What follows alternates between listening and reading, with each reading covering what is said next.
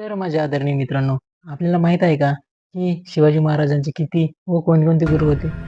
जर तुम्हाला माहीत नसेल, शिवाजी महाराजांनी कोणकोणत्या व्यक्तींना आपले 4 गुरु मानले, तर आपण या व्हिडिओमध्ये ते पाहणार आहोत. नंबर 1, शिवाजी महाराजांनी आपले पहिले गुरु आपल्या वडिलांना शहाजी राजांना मानले होते. बंगलोरला असताना शहाजी महाराजांनी शिवाजी महाराजांना दांडपट्टा फिरवणे शिकवले. तसेच तलवार चालवणे, घोड्यावर बसणे, डोंगर चढणे, पोहणे, व्यायाम करणे इत्यादी शिक्षण दिले. नंबर 2, महाराजांनी दुसरे गुरु आपल्या आईसाहेबांना म्हणजेच जिजामातांना मानले होते. राजमाता जिजाऊंनी महाराजांना हिंदी आणि मराठी बरोबरच उर्दू, कन्नड भाषा आणि महाराष्ट्राची संस्कृती शिकवली. नंबर 3, नंतर शिवाजी महाराजांनी आपले गुरु संत तुकाराम महाराजांना मानले होते.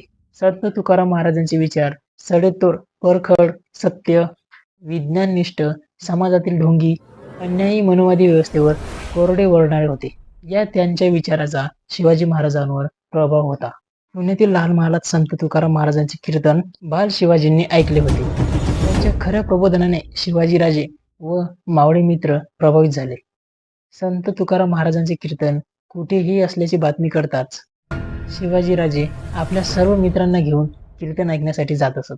नंबर 4, कडकीचे याकूत बाबा हे मुस्लिम समाजाचे संत होते. शिवाजी महाराज या संतांना गुरुस्थानी मानत होते. छत्रपती शिवाजी महाराजांचे हे 4 गुरु आपल्याला माहीत होते का? तर कमेंटमध्ये नक्की सांगा.